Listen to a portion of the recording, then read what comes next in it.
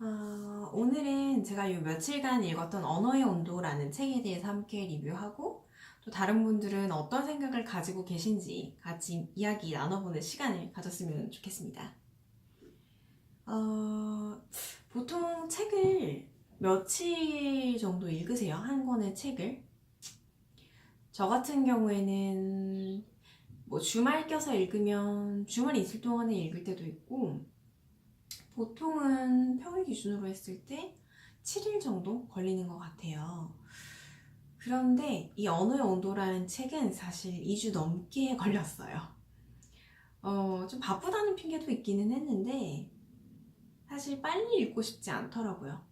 좀 다시 말하면 천천히 곱씹어 읽고 싶었었던 책이 바로 이 언어의 온도였어요. 언어의 온도라는 책은 사실 우리가 이런 일상생활에서 보고 느낄 수 있는 아주 평범한 상황, 그런 생활의 모습에서 각각 말과 글이 어떠한 온도를 갖느냐에 대한 것을 작가만의 감성으로 풀어쓴 감성 에세이라고 볼 수가 있어요. 좀 각 챕터들이 저는 사실 다 인상적이고 하나하나 기억하고 싶어서 오래 읽으려고 노력을 했었던 것 같아요. 저는 보통 책 한 권을 끝내고 나면 뭐 간단한 저만의 리뷰를 적어두는 편이에요. 너무 좋았던 책은 사실 그 좋았던 내용을 오래 간직하고 싶기도 하고 그런 것들을 써놓지 않으면 뒤죽박죽 섞이더라고요. 그래서 좀 저만의 그런 리뷰를 나름대로 작성을 해두었었는데 좀 그걸 가지고 한번 얘기를 해보면 좋을 것 같아요. 이 부제가 언어의 온도라는 책의 부제가 말과 글에는 나름의 따뜻함과 차가움이 있다라는 부제를 가지고 있어요. 밥은 먹고 다니냐? 밥은 먹고 다니니? 이러한 같은 말인데 억양에 따라서 다를 수도 있고요. 상황에 따라서 다를 수도 있고요. 사실 말과 글이라는 게 만질 수도 없고 색도 없는데 희한하게 우리가 온도를 참 느낄 수 있다라는 특징이 있죠. 작가님은 사실 그런 부분을 되게 잘 포착해서 글을 쓰신 것 같아요. 이기주 작가님은 사실 작가이기 이전에 기자이셨대요. 그래서 저는 사실 이기주라는 작가에 대해서만 그 백그라운드를 들었을 때 조금은 차가운 글이겠거니 생각을 했었는데 전혀 그렇지 않았어요. 어떻게 보면 좀 담담하게 상황에 대해서 조금은 사실적이고 조금은 객관적이게 하지만 그 속에 있는 감성을 잘 전달하셔서 오히려 더 감동적이었던 스토리가 많았던 것 같아요. 이 언어의 온도라는 책 크게 세 챕터로 나눠지는데요. 말, 마음에 새기는 것. 이게 첫 번째 챕터였고 두 번째는 글, 지지 않는 꽃. 세 번째는 행, 살아있다는 증거. 이렇게 세 가지로 쭉 나눠졌고요. 각 챕터들은 좀 크고 작은 이야기들이 있어요. 근데 어떻게 보면 그 각각의 상황을 이기주 작가만의 감성으로 온도를 담아냈다라는 게 공통점이고요.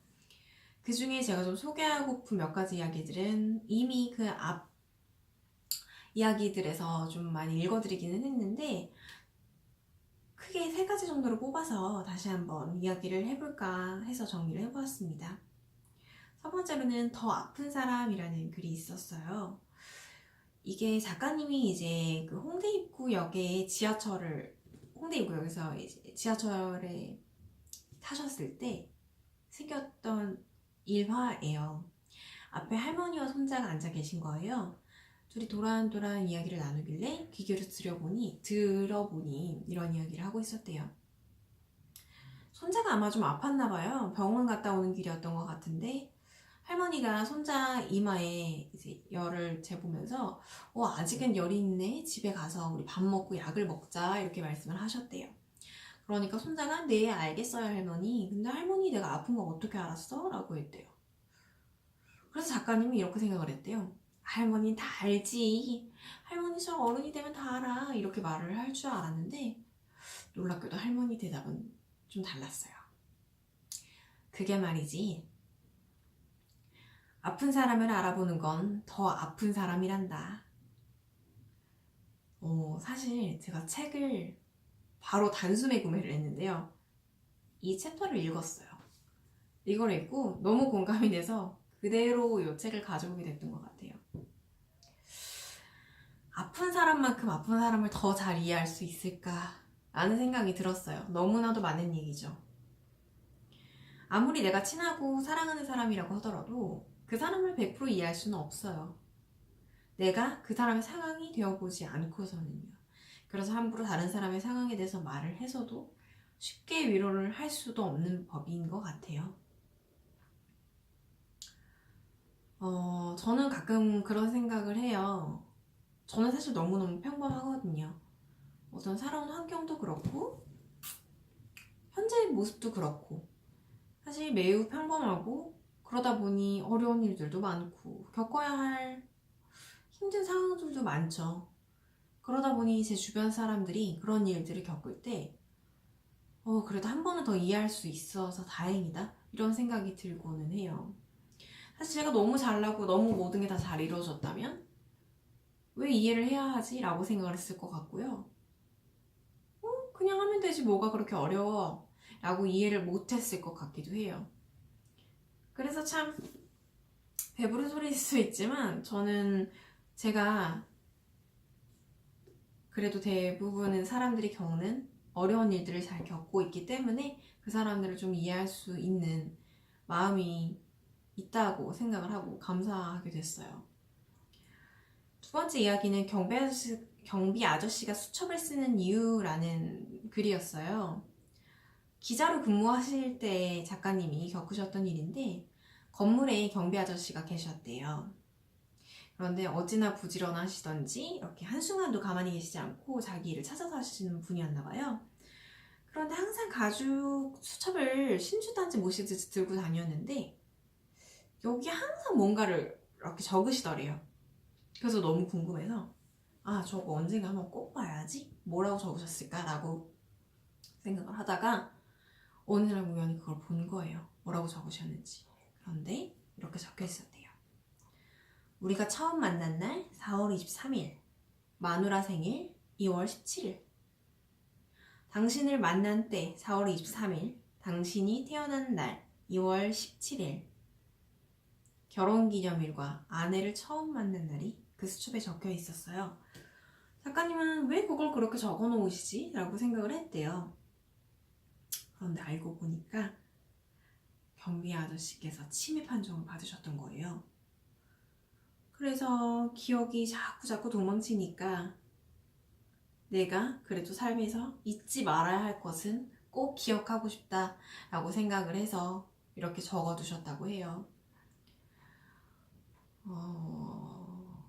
사실 기억을 잃는다는 건 너무나도 비참하고 무서운 일이라고 생각을 해요. 가끔 저희 엄마도 그런 말씀을 하셨거든요. 세상에 좀 많은 병들이 있고 다 무섭긴 한데 제일 겁나는 게 치매래요. 그게 어떻게 보면 내가 소중한 사람들에 대한 기억을 잃는 것과 동시에 그 사람들에게 어떻게 보면 살아가면서 고통을 줄 수 있는 일이기도 하잖아요. 나를 기억하지 못하는 것에 대한 고통과 내가 기억이 없기 때문에 그 사람을 보살피면서 힘들어야 되는 고통. 그러다 보니 기억을 잃는 병이라는 거는 정말 사람에게 있어서 너무너무 치명적인 병이라고 생각을 해요. 인간이 동물과 구분될 수 있는 거는 기억, 그리고 추억이라고 해요. 여자는 왜 흔히 추억을 먹고 사는 동물이라고 하잖아요. 사실 여자만 그런 건 아니고 인간이 살아가면서 그래도 행복하게 살 수 있는 이유가 행복했던 기억 때문이래요. 결혼 생활도 신혼 생활에 대한 기억이 있기 때문에 견딜 수 있는 거라고 하더라고요. 그만큼 기억이 너무 중요한데 그 기억을 잃는다는 것은 정말 소중한 나의 삶과 소중한 나의 사람들을 잃는 것과 같은 거죠. 여러분들이라면 정말 이 순간에 내가 꼭 이것만을 기억하고 싶다 라는 게 뭐가 있을 것 같으세요? 저는 생각을 해보면 정말 꼭 하나 기억을 해야 된다 라고 하면 제가 사랑하는 사람들의 얼굴, 이름 정도가 될 것 같아요. 기억을 잃게 되더라도 제 인생에 가장 중요한 거는 좀 남겨야 된다고 저도 생각이 들거든요. 세 번째로는 나를 용서해야 하는 이유라는 글이었어요. 이 글을 작가님이 쓰실 때 이제 본인의 이야기를 하셨는데, 작가님이 한때 좀 힘드셨나 봐요. 어떤 책임감 때문에 두 어깨가 좀 무겁고 뭐든지 좀 내 탓이야 라면서 혹독하게 본인을 몰아세울 때가 있었는데, 그때 어머니께서 이 작가님을 그렇지 않아 라고 해서 이렇게 끌어내셨나 봐요. 그쯤에 이제 굿윌 헌팅이라는 영화를 보셨대요. 저도 이 영화 되게 감명 깊게 봤었는데, 이게 이제 타고난 광대였던 로빈 윌리엄스가 숀 맥콰이어라는 심리학 교수로 나오게 되는데, 이 숀 교수가 유년 시절 상처로 방황하는 수학 천재 윌의 마음을 얻기 위해서 애쓰면서 그 제자를 치료하고, 그럼으로써 힐링하고 어떤 마음의 치유를 하는 그러한 이야기였어요. 쇼는 항상 자책과 분노로 똘똘 뭉친 사람이어서 좀 삐뚤어지고 방황하는 사람이었는데, 이 교수가 끝까지 이제 위를 어루만지면서 아니야, 그건 네 잘못이 아니야 라고 하셨고, 그것 때문에 사실 제자인 윌이 마음을 열기 시작했죠. 그런데 이런 로빈 윌리엄스가 자살로 생을 마감을 했대요. 그때 작가님이 아이러니를 느꼈는데, 우울한 사람의 마음을 가장 많이 위로한 사람도 우울증으로 세상을 뗄 수 있다는 것, 그리고 우리 주변에는 어쩌면 수많은 윌이 존재할지 모른다는 것, 어쩌면 우리 모두일 수도 있을 테고 라고 하셨네요. 저는 사실 영화는 감명 깊게 봤었는데, 기억나는 거는 딱 한 장면이었던 것 같아요. 정말 네 잘못이 아니야 라는 거. 저도 이 영화를 볼 때 당시에는 조금 마음적으로 힘든 게 있었거든요. 그때 정말 저 또한 하나의 윌이 돼서 위로받았던 영화 같아요. 저도 굉장한 완벽주의자는 아닌데, 어떤 일이 좀 잘못되면 제 스스로를 좀 많이 자책하고 탓하는 편이에요. 그래서 뭐 오늘 일정만 조금 틀어져도 기분이 안 좋고 내가 왜 그랬을까 스스로를 탓하게 되고 하거든요. 우리가 어렸을 때부터 친구를 용서하고 타인을 용서하고 남을 용서하는 법에 대해서 배우잖아요. 그런데 잘 생각해보면 나 자신을 용서하라고 배운 적도 없고요. 나 자신을 어떻게 용서하는지도 잘 몰라요. 정말 용서해야 될 건 사실 타인이 아니라 자신일 수도 있는데요. 내가 24시간 중에 가장 많이 만나는 건 사실 나예요. 가장 많은 잘못을 하는 걸 보는 것도 가장 나고요. 그래서 내가 가장 많이 나를 이해하고 나를 많이 용서해 주어야만 내가 계속해서 삶을 살아갈 수 있게 되겠죠. 할 때마다 모든 걸 자책한다면 사실 사람이 굉장히 주눅들잖아요. 남이 날 탓해도 너무 주눅드는데 사실 내가 나를 너무나 많이 탓하게 된다면 그건 자신 있게 살아갈 수가 없겠죠. 그래서 어떻게 보면 좀 요즘 어떤 감정적으로, 정신적으로 질환을 앓고 계신 분들이 많잖아요. 어떻게 보면 자기 자신을 다스리고 자기 자신을 용서하는 법을 배우지 못해서이지 않을까라는 생각이 저는 좀 들었어요. 요즘 도서 트렌드를 잘 보면 뭐 미움받을 용기, 타인에게 무례한 사람이 웃으면서 대처하는 법, 뭐 이런 식으로 감성에 대한 부분들이 굉장히 많아요. 마음 치유, 내 마음 스스로를 다독이기. 어쩌면 우리 사회가 요즘은 굉장히 마음의 힐링이 필요한 때이고 나 자신을 돌아보고 다독여야 하는 시점이 아닌가라는 생각이 들었어요. 사람들이 자신의 마음을 쓰다듬어줄 무엇이 필요한 것이 아닐까라는 생각이 들었고, 사실 그래서 이 언어의 온도가 역시 제 마음 역시 그런 힐링을 주지 않았나라는 생각이 들어요. 언어의 온도는요, 사실 딱 어떤 이야기가 좋았다, 딱 어떤 책이다 라고 말하기는 어려워요. 근데 읽고 나면 조금은 내 일상에서 일어난 일들에 대해서 조금은 느슨하게 생각하고 조금은 여유 있게 되는 것 같아요. 이 언어의 온도라는 책은 베스트셀러에 오른 것답게 한 2,000여 건의 리뷰를 갖고 있어요. 굉장히 많은 리뷰가 쓰여져 있는데 여러 사람들이 사실 다 같은 비슷한 생각을 하고 있더라고요. 한 분의 이야기를 읽어드리면 썸블리즈 데이라는 분의 글이에요. 이분은 이 글이 좀 인상적이셨대요. 한글은 아름답다, 그리고 섬세하다. 단 섬세한 것은 되게 예민하다.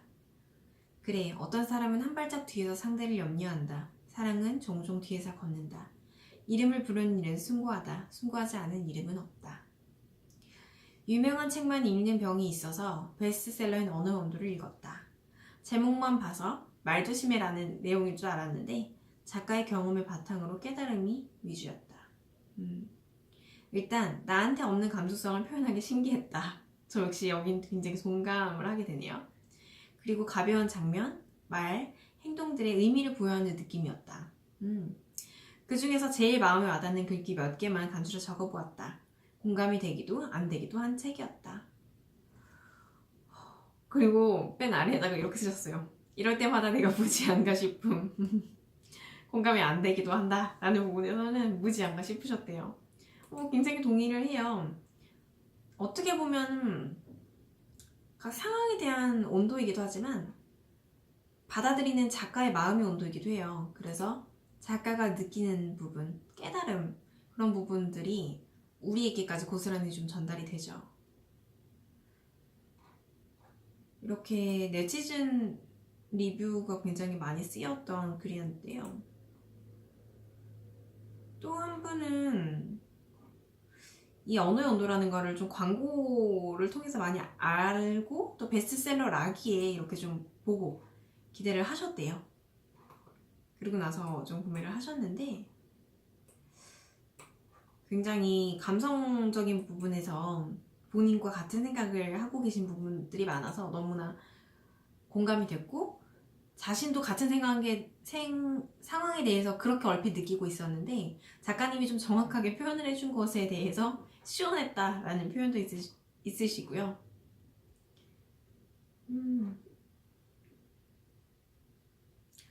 처음에는 읽을 때 왜 언어의 온도가 베스트셀러일까 이해가 안 되셨대요. 그런데 이거를 독서 모임에도 나가셨었나봐요. 근데 이야기를 나누면서 이런 생각을 하셨대요.